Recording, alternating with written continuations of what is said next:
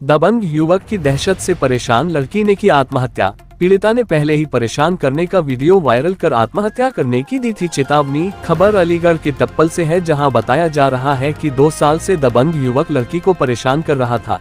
इस मामले में पीड़ित परिवार ने दबंग युवक के खिलाफ कार्रवाई को लेकर थाने से लेकर एसएसपी तक के चक्कर लगाए, लेकिन कोई कठोर कार्रवाई नहीं हुई। पीड़ित लड़की ने परेशान करने का वीडियो भी वायरल किया, लेकिन दबंग युवक के आगे लड़की हार गई और सुसाइड कर लिया। ये घटना थाना टप्पल क्षेत्र के मादक इलाके का है। 2 साल पहले मादक के रहने वाली विधि की शादी इलाके के ही मोहित से तय हुई थी, लेकिन बारात आने से पहले विधि ने शादी का बंधन तोड़ दिया और दूसरे लड़के से शादी कर ली। लेकिन मोहित विधि को परेशान करने लगा। विधि को चैन से नहीं रहने दिया। मोहित किसी न किसी बहाने विधि को टॉर्चर करने लगा, जिसके चलते विधि को इंटर की पढ़ाई छोड़नी पड़ी। मोहित की करतूतों को लेकर विधि और उसके परिवार ने थाना टप्पल में शिकायत की थी, लेकिन उस पर पुलिस द्वारा कोई कार्यवाही नहीं हुई।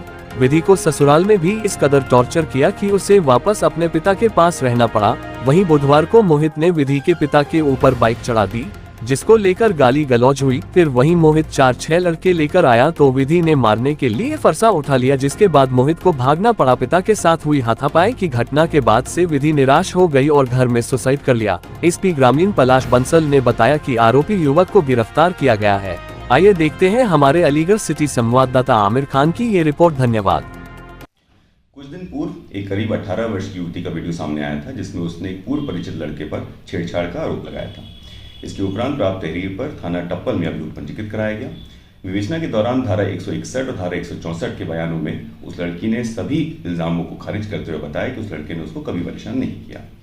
इसके उपरांत 8 मार्च को उस युवती ने अपने घर में फांसी लगाई है, जिसके तहत उसके घर वालों ने आत्महत्या करने को प्रेरित करने का इल्जाम लगाते हुए एक तहरीर थाना टप्पल में दी है। प्राप्त तहरीर पर थाना टप्पल में अभियोग पंजीकृत कराया जा रहा है। पोस्टमार्टम की कार्रवाई की जा चुकी है। पोस्टमार्टम रिपोर्ट व अन्य साक्ष्यों के आधार पर आगे की विधिक कार्रवाई की जाएगी। क्या नाम है आपका? मेरा नाम सुशील कुमार शर्मा। किस तरह की घटना हुई आपकी बेटी के साथ? क्या हुआ पूरा घटनाक्रम साहब, पिछले 2 साल से मेरे ही गांव का लड़का एक उसे तंग कर रहा था, जिसको खूब समझाने बुझाने पे भी उसने हरकत नहीं छोड़ी। मैंने मजबूरी में अपनी बेटी की शादी तय कर दी। शादी में भी उसने बखेड़ा कर दिया। बारात वापस लौट गई। 2 दिन बाद हमने परिवार वालों ने हिम्मत जुटा के फिर से अपनी मिलीजुली रिश्तेदारी में शादी कर दी। वहाँ पे भी वो लड़का 112 नंबर की पुलिस को, कभी महिला सेल की पुलिस को, कभी एक बार खुद वहाँ पकड़ा गया गांव में, जो 151 के तहत उसका चालान भी हुआ। उसके बाद उसने वहाँ से मेरी बेटी को अपहरण भी किया गया, जो 1 हफ्ते उसके चुंगल में रही। हमारे पास बुलंदशहर CWC से मेरे को हैंडओवर किया गया। 1 साल से मेरी बेटी मेरे साथ रह रही थी। अब कल क्या घटना हुई थी? कल की घटना थी, मैं अपनी दुकान चलाता हूँ गांव में, छोटी सी राशन की। उससे आ रहा था घर पे, तो मेरे सामने से मेरे को उसने मोटरसाइकिल से टक्कर मारी और गाली गलौज करी। इससे मेरी बेटी भी आतंकित होकर उसको मारने को दौड़ी। फिर इतना टॉर्चर कर दिया कि पुलिस भी बुलाई। बेटी ने फ़ोन करके पुलिस बुलाई। असल में शाम को उसने ज़्यादा इतना कर दिया कि वो जिंदगी हार गई अपनी। ये बताइए, पुलिस का क्या रोल रहा? कोई रोल नहीं रहा 2 साल में। कोई।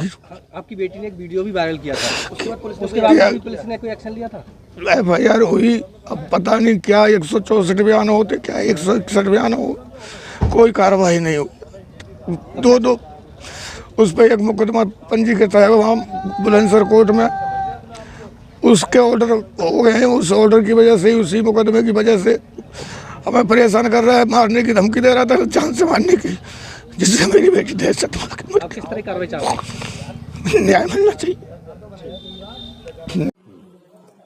मैं विधि पुत्री सुशील कुमार शर्मा, गांव मांदक, थाना टप्पल की रहने वाली हूं। मेरी जन्मतिथि 27 अगस्त 2005 है। मैं पिछले 1 साल से मुझे मेरे गांव का लड़का मोहित पुत्र सतवीर और ज्योति पुत्री सतवीर परेशान कर रहे हैं, और उनकी वजह से मैं अपने इंटर की परीक्षा भी नहीं दे पाई।